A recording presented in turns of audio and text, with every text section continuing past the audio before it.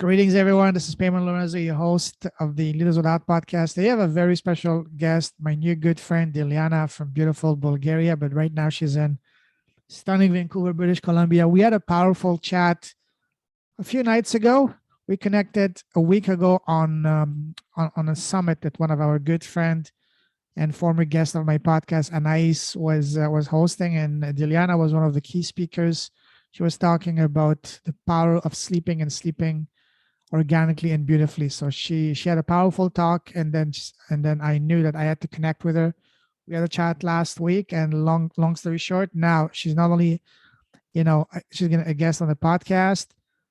She also joined my program, which is gonna start on Monday and two days from now. For those of you gonna listen to this in a few weeks, gonna be way past it, but she's gonna be an alumni by then, no more a student.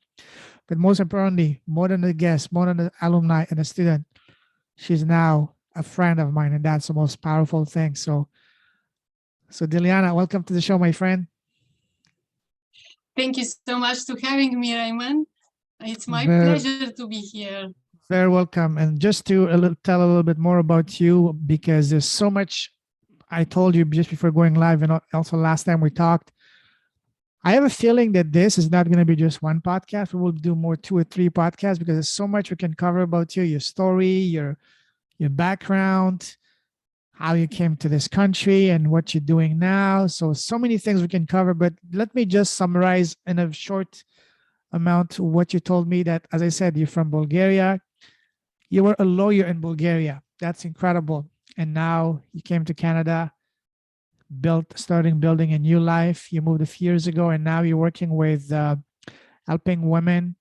You're a sleep specialist for women in transition and menopause, and helping women in menopause having a more powerful, more restful, and organic sleep through holistic ways. So you've also been teaching yoga, and you're doing a lot of good things. So we're gonna talk about all of that. So again, once again, welcome to the show, my friend. I'm super excited to have you on today. My pleasure, my friend. My pleasure.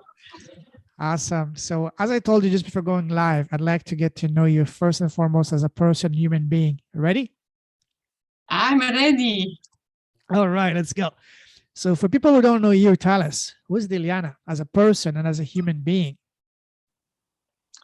I am, and I have always been a spiritual seeker, adventurer soul, and amazing friend, companion, mentor. Also, I always have been interested to holistic healing for health and wellness. So this is my passion: health, wellness, and spiritual growth and self-development. And I searched all my life for myself, for my space in this world, for my place in this world. And I find myself in yoga, meditation, and I then transform this in holistic way to heal and transform the women's life going through transition period of perimenopause and menopause. Beautiful. We're going to talk about that in a moment. But first, let's further get to know you better as a person. I'm going to ask you now a series of rapid fire questions. Ready? Ready? All right. Tell us, what makes you happy?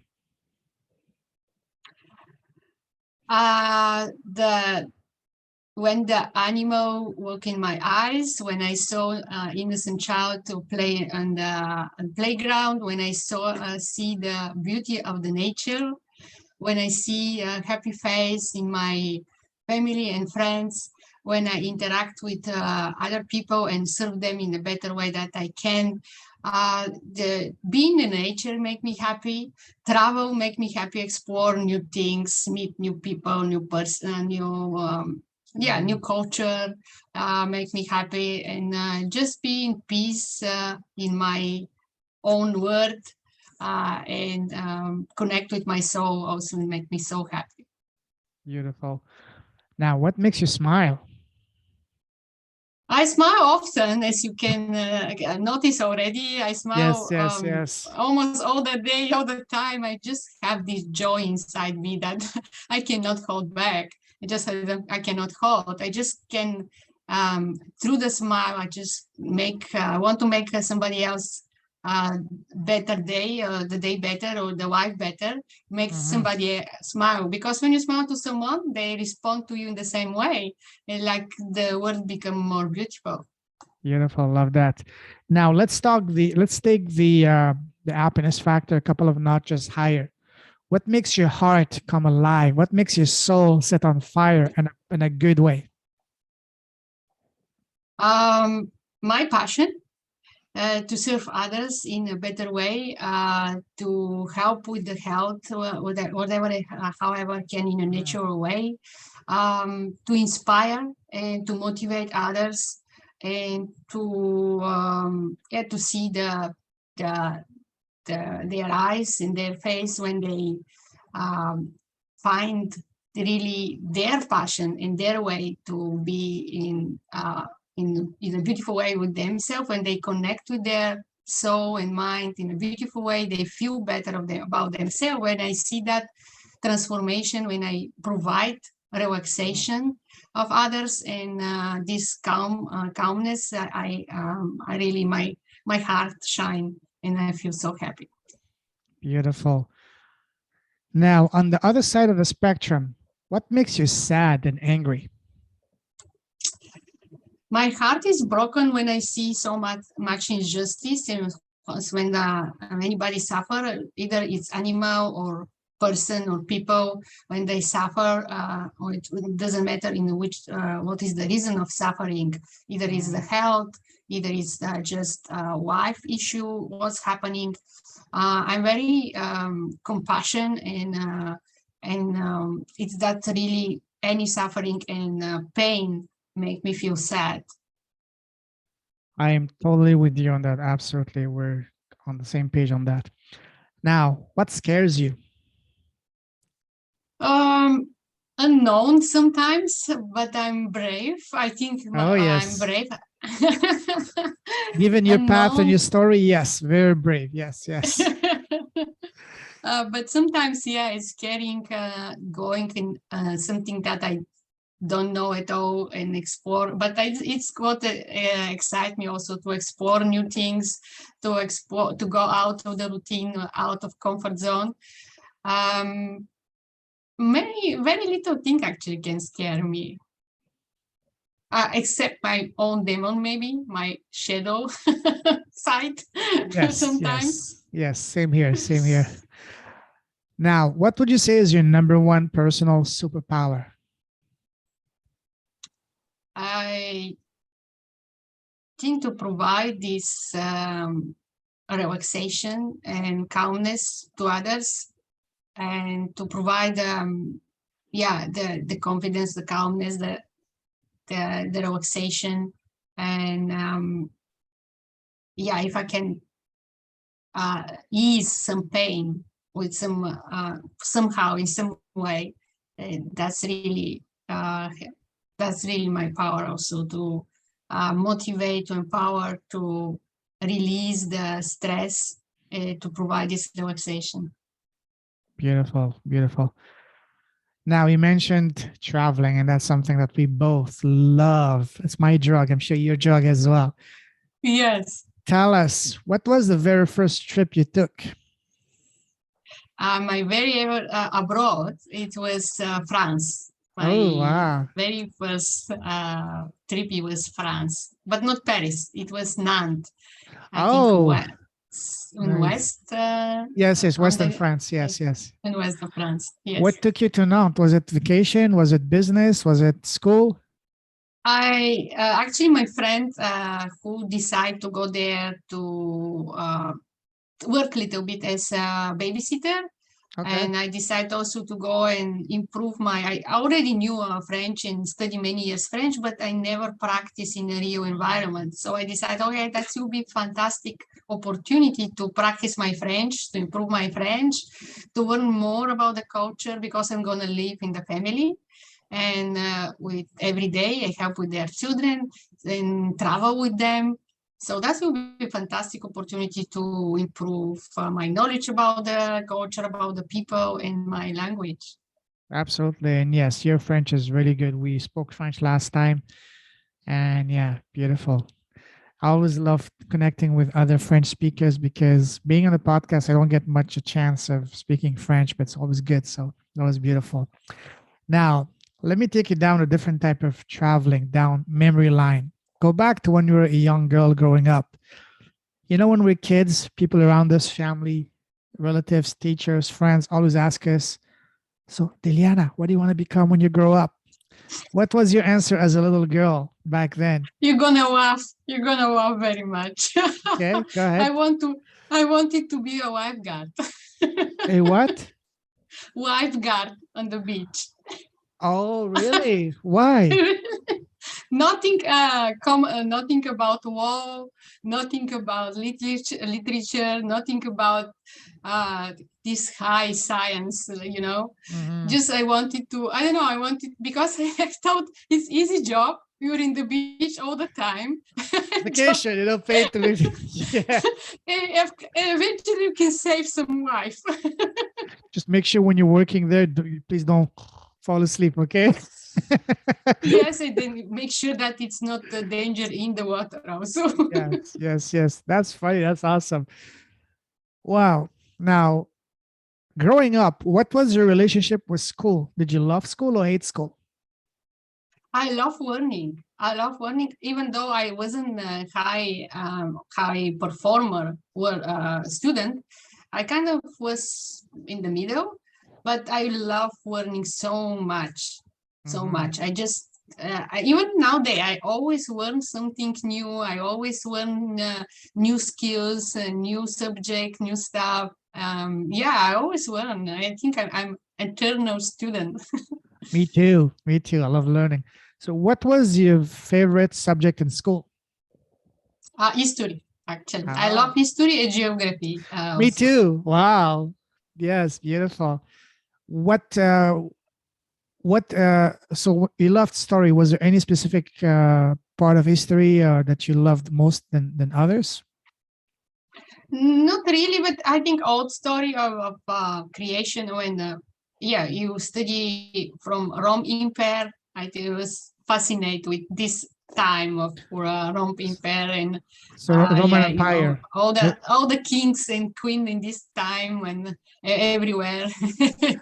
So Yes. so you love the kings and queens. So growing up, you didn't want to become a queen yourself?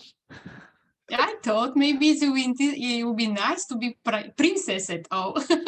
Okay, Princess Dilyana. That actually sounds pretty Princess good. Dilyana. Yeah, awesome. Wow, cool. Now, was there any subject in school that you did not like at all? Mathematics. I hate mathematics. I My just God, don't love. you're just like me. History, geography, love, and mathematics. Stay away from me. No, I thought even I have a discussion with my father. I told him I'm not gonna need so much. Why you push me to teach to learn this mathematics? He said, no, you're gonna see, you're gonna need that. You have to learn mathematics. What was about math that you don't like? Was it because of a teacher or just because numbers didn't make sense to you? Actually, I not so much numbers. I fact finally to solve the problem. It wasn't so bad. And even teacher wasn't so bad, but just maybe logical part of. Mm. I'm more creative, not so logical. Oh, I know. I'm same as you. A dreamer. Yes, yes, A yes. dreamer, yeah, a dreamer. Yes, yes. Awesome. Cool. Now, what was your very first job? The very first is I was a lawyer. I become right away after the graduation a lawyer. So that was my very first job. Oh, Actually, wow. no, in internship. Before that, I was internship in different places in the legislation system. So I was kind of during the study. No, during the study I worked like in a coffee shop. So maybe that was my very first job, really. And then, as I mentioned, I was babysitting in France during my study. So uh, and also, yeah, that actually was my first job. Yes, How long were you babysitting in Nantes, in France? it was around 9 months. Oh, Nine wow. months. Yeah, So, it's pretty good experience. Yes. what did you like most about it? I had a lot of freedom to go around, explore, and they took me in their vacation places and different places. I think travel with them was mostly more interesting. Did you live with a family or did you live on your own when you were in France working? I was in their house, but I have my Okay. own room, so I have kind of Okay. separate, but I was in their house, yes. Okay. That's good. Wow. What did you think of the lifestyle in France compared to in Bulgaria and Sofia, for example? If you can compare Sofia to Nantes. It was very strange to me when the stores and shops close in weekends earlier, and Very, even evening it was very early close. That's never happened in Bulgaria. They open until very late, even the weekends all the time. So it was surprising for me. That was the also the way they eat, when they eat, how they eat. It's different. The the kitchen is different, the way of cooking is different. Um, yeah, they, if no, not so much, nothing much impressed me, but yeah, there is a calm small city, which was really, really peaceful. Not many things to do around, but yes. I have my bike, I just bike around. And I happened my friend who inspired me to go there to be also in the same city, not very far away. So you visit each other very often. So that was um, my how distraction, let's say. But for me, it was okay because I fill my day with reading.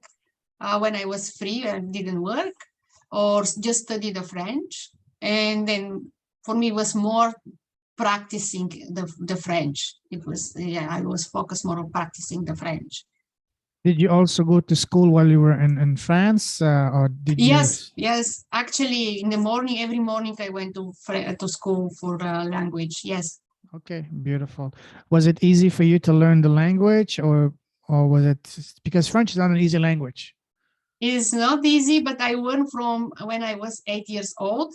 And when I went, I think I was 26. So Oh wow. already I have a pretty much a lot of knowledge, but I still keep learning. And but there I start really practicing speaking. But before that, I just learning stuff, but grammar and words, but never speak. And then Mm-hmm. when there, I really start speaking. Mm-hmm. So now let's talk about your upbringing in Sofia and Bulgaria. How was it growing up in Sofia and Bulgaria for you?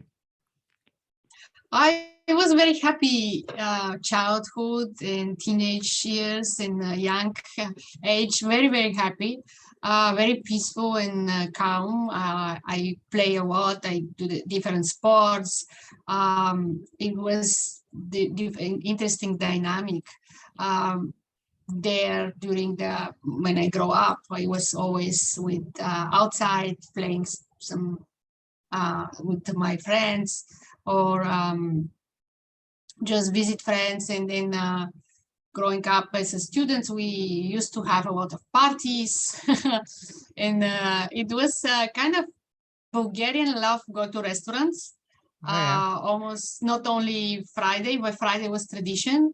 And also the party clubs, discotheques, Friday, Saturday night, it's something usual. That's very common, and very, there are a lot of bars and disco clubs in Sofia. So we went very often in the end of the week and during the in Saturday also party.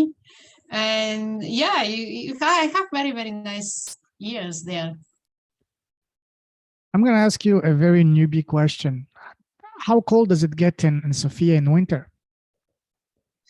Uh, it can be up to -15, but very short Whoa. period, maybe 1 week, 10 days in Okay. January, sometimes in December. Most of the time it's -5, between -2 and -5. It's very different every year. And I hear from my parents that before there was very severe winter with much more snow.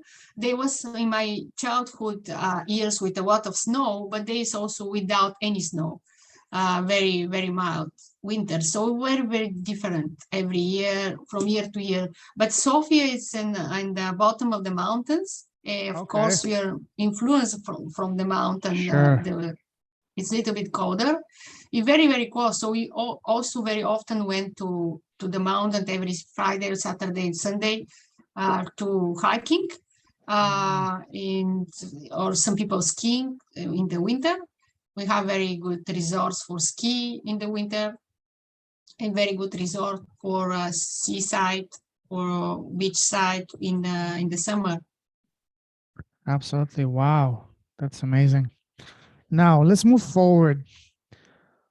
Um, there's a saying that says, change your story, change your life. And by story, I mean what we tell ourselves on a daily basis all day long. So when you, Dilyana, had to change your story, to change your life, how did you do it? Did you do it through the help of friends, family, relatives, mentors, books? Tell us a process that you used to change your story inside your head in order to change your life. No, I think it's mainly myself, my inner motivation to become better person than yesterday, and become learn more, know more, just improve myself by myself. Beautiful. That's powerful. Speaking of that, let's now talk about your path from the moment you left school to now. How would you describe your path? Would you say it was pretty much straightforwards? Once you got into one lane, was it smooth forward, or was it like more like turns and twists, like a roller coaster? My school years No, from the moment you left school to now, your path. to now. Okay, I Yeah. think it was turn and tweak and curve and going up and down a lot. It never was one line at all. No, a lot of exploration, a lot of warnings, a lot of changing. So I changed 3 countries. I used to live in 3 countries. More longer, I was in Canada, of course.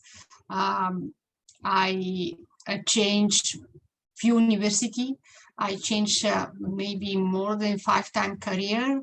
And I changed, I changed my, until I find myself really in my purpose and passion. I was almost 40. Wow. Beautiful.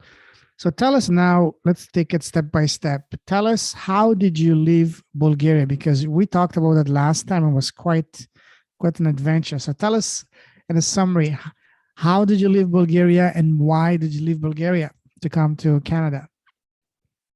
It was inside dream also to go abroad, to study abroad, working abroad. It just expand my vision, expand my understanding of the cultures, of the people, of the world. It's kind of, I always felt Bulgaria is too small for me. Wow. So I was maybe in the middle university when I work in the summertime in a hotel, like a receptionist, and I met a guy who was there for a few days. He was Bulgarian, but he used to already live in Canada. We start talking. He start to explain to me how he get there, how he find the way to go there, how he can start to develop himself there, how he start study there, how he start working there, and how he find the freedom and more freedom to travel and to grow. And I get inspired. I decided I'm going to do the same. And it took a few years actually until I realized this dream. It took maybe 2-3 years until really came to Canada. Because the procedure was around 1 year or something. And before that, there was a preparation. There was also some few temptation before this start happening. But I think it's destiny. Most of the time, I always thought maybe that was meant to happen. Absolutely. Wow. And was it easy for you once you landed in Canada to adjust to life in Canada compared to the life you had back home in Bulgaria? No, unfortunately, not so easy. Even I'm very adaptable person, very easygoing, very how to say adaptable in foreign environment. And I was landed with the friend of mine that was already there. He helped me with the first steps with open the bank account, get social insurance number, medical card, and all this. It helped me very to happen very fast and also orientate me with the work, with the education, with everything. It's still it's take a lot of time. I'm not sure if it's for first 5 years at least that it's happened really to integrate in the culture in Canada because it was very, very different. So when you moved to Canada, did you already speak English or you learned English once you came here? I also learned self-learned English, but it was after the French for sure. But I started in university also, so I already knew, yeah. Because when I moved to Canada, I could not speak English at all. Sure, just the basic hi, how are you? But you know, this is the thing you learned in school. You just learned enough to pass the class, but you're not able to talk. So I had to learn English here from scratch, from zero. Yeah, it's hard when you don't know Oh at yeah, all. It takes yeah, time, but it's also motivation, right? Big absolutely, motivation. absolutely, absolutely. So, where in Canada did you first come? First, I came in 2003. Okay, which city? I was in Montreal first. Oh, Montreal. And you chose Montreal because of French, I guess, right? Yeah, because yeah. Actually, in the family when I babysitting, the father, the guy of the children, was from Quebec, and Oh, he actually wow. also pushed little bit my desire to to do the application to immigrate in Quebec. Yes. Beautiful. So now you lived in France, you lived in Quebec. How would you compare the two? Oh no, very. It's a different. They speak French, but it's not the same French Oh, really. yeah. As a Mhm. culture, also, um, very small similarity with the food, but not much because even Quebec, they want to be really French. They are surrounded with Anglophone, with English. Not only province, but also the North America. So it's very difficult to not be influenced of American style. So they have American style, American mentality. Even they want to be French, but they cannot be French. That's what I discovered. Yes. Wow. That's for sure. Beautiful. Now, let's talk about the impact you're having now in the world. Tell us about your business. I was inspired and called to start helping women with sleep and energy, to get better sleep and more energy, to balance the hormone during perimenopause and menopause in natural way.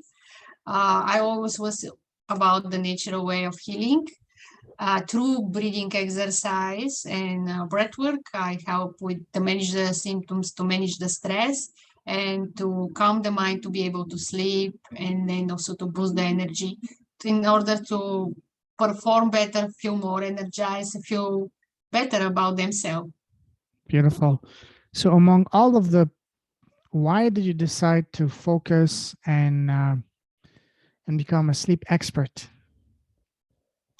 Most of Right. all, because I saw many women suffer from sleep deprivation or insomnia, and myself, I was inspired mostly and from myself, from my experiencing with sleep, with my challenges with sleep, and how that affect my life, and that was the main motive.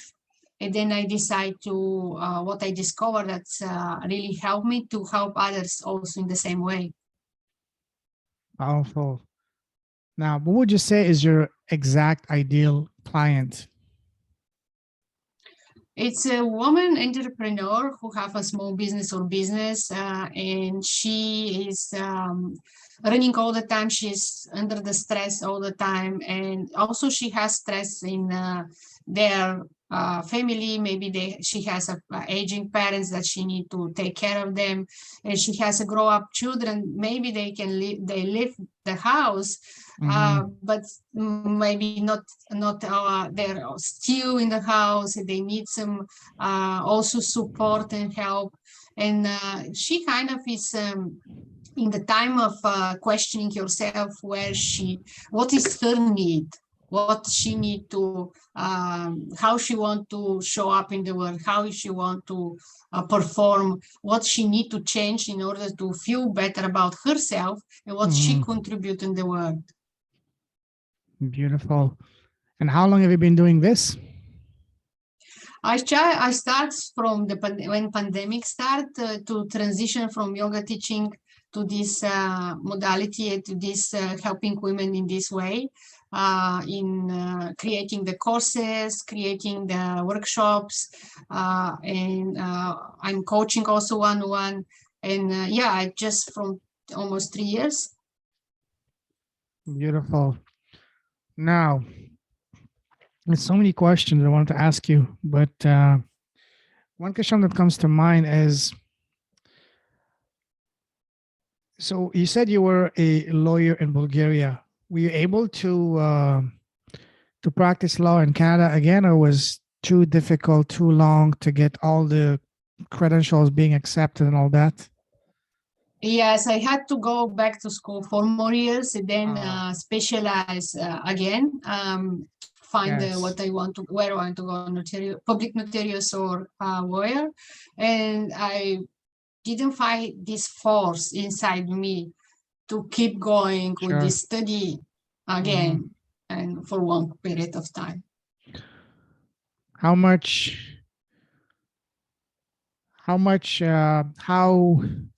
disheartening was it for you not being able to practice what you spent all your life studying in Bulgaria, and now in a new country, you're hoping to have a better future, but you're not able to do what you trained for? Very good questions. Very good question. It's not only me. It's a lot of people in this position. Oh, yes. Unfortunately, many people coming in Canada with a higher degree, bachelor's or master, they need to go back either in the college or university and study again to make equivalent and recognize their already certificate or diploma. So they have to double the study again, and this is hustle. It's not easy. It demands a lot of psychological force to do it. And many people, just because of their family, or like me, I was by myself with nobody to support me. I have to choose if I want to go in a workforce, work market fast and sustain my life. I needed to study something shorter, which is maximum 1 year, which is mainly certificate or maybe college or maybe something that give me some profession, but it's not really what I was to study. But I think it's doable if you really feel that it's your force, if it's really feel you, if you are, it's your vocation. I didn't feel that it's my vocation. I didn't felt that it's the thing that I'm supposed to do here in Canada. So for that reason, I wasn't regret so much or feel bad about this so much. I just looking to way to find different way to just transfer my skills. And luckily, I find that the business is much better than the as a self-employed is very close to self-employed. So doing yoga, teaching yoga as a self-employed, it was similar to be self-employed, like a lawyer or accountant, or it gave me a little bit more freedom, but in same time, it wasn't easy also because the market is also oversaturated here in Vancouver, in BC. So there was a lot of offering of classes, but not so much search from the students. And it wasn't also very easy for me. So I was mostly creating the events and workshops by myself, just renting the space without be attached to any studios and any. So keep this entrepreneurship spirit and find a way in this way, like a private yoga teacher, corporate yoga teacher, to make a contracts with the clients and teach them to help them with their health. And then that was my way to continue to feel this freedom as a self-employed and to develop my skill that I already developed in the law school.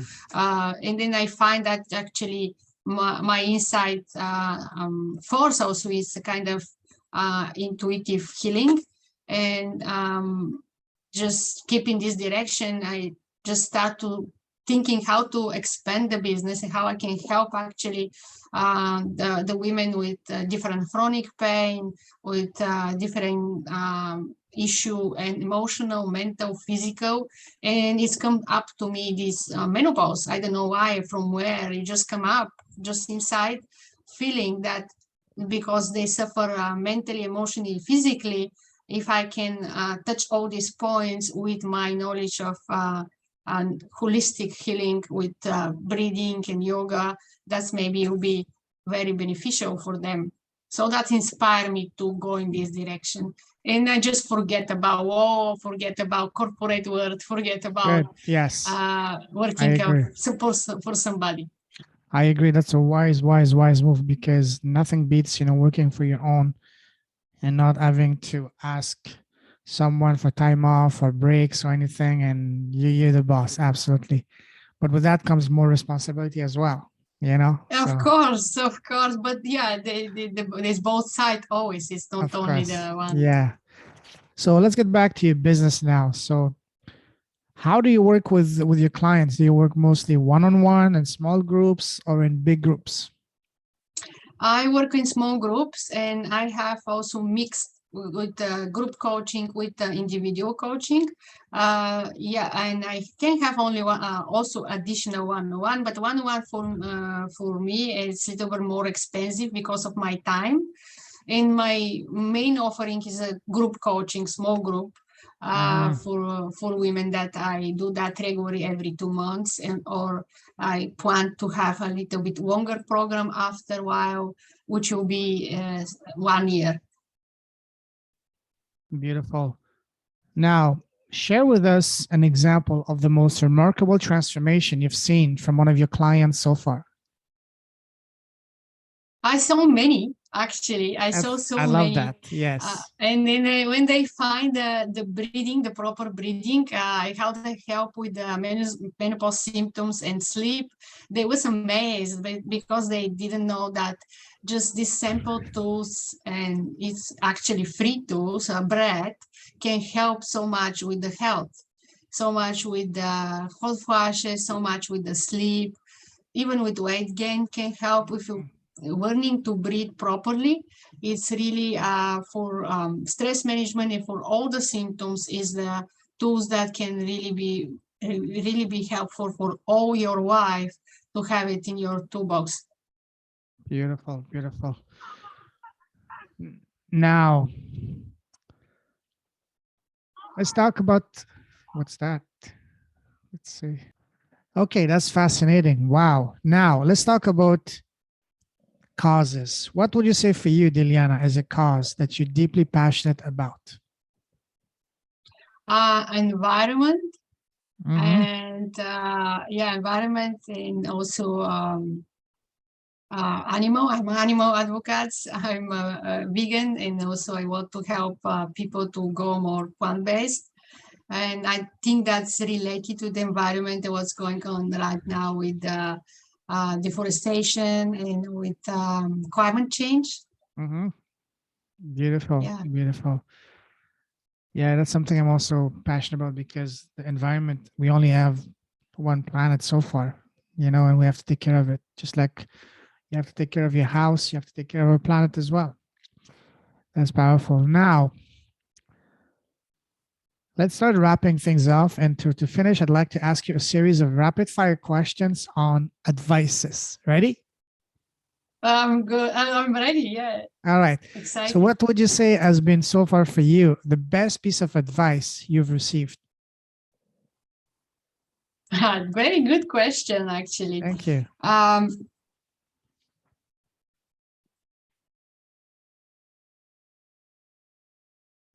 You make me think, really make me think. This question. I think it's to be myself always and to follow my heart. Mm-hmm. It Beautiful. was the best. Yeah. Beautiful. And what would you say has been so far the worst piece of advice you received? To stick on safety and stability with regular job. Oh, yes. Or get a job. Why are you wasting your time with being an Get the entrepreneur? job, don't go just after Don't be- your dreams.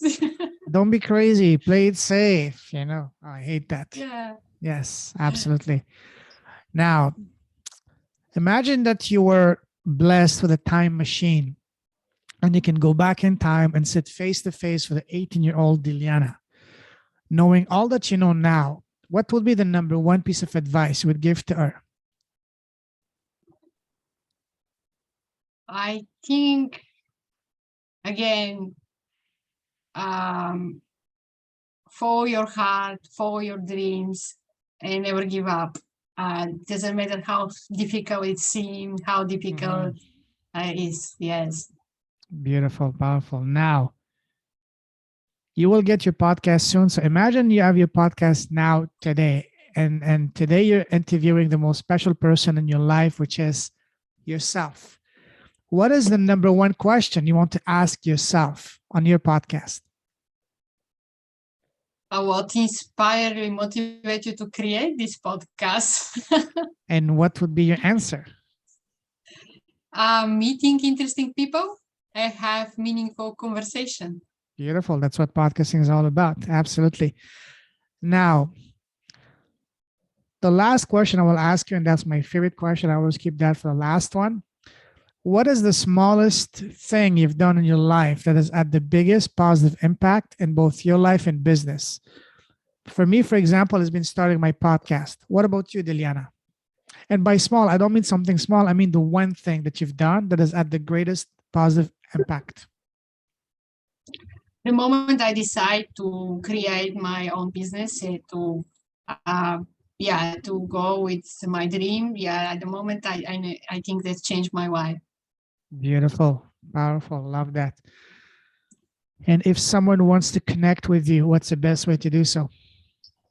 They can find me in LinkedIn, but they also can find me in my website, which is my name, DilyanaMileva.com. And I can post the links on the chat if you like. You can send it to me later on Messenger, and I will put it in the show notes. But if you can mention the name, you said your name, Dilyana Mileva. My name is my website.com, Okay. DilyanaMileva.com, or my LinkedIn, Dilyana Mileva. Also, they can find me there. Is the better way. I'm also in Facebook. Okay. So they can find me there. We'll share all of that in the show notes. So you can send that to me later and I'll put it in the show note. That's not a problem. So listen, Dilyana, absolutely pleasure, honor. I'm so glad that I attended the event last weekend and we connected. Love your story, love your passion, your mission, and keep shining your light. Keep blessing the world with your message and with your presence. Stay safe, stay awesome. God bless you, my friend. Take care.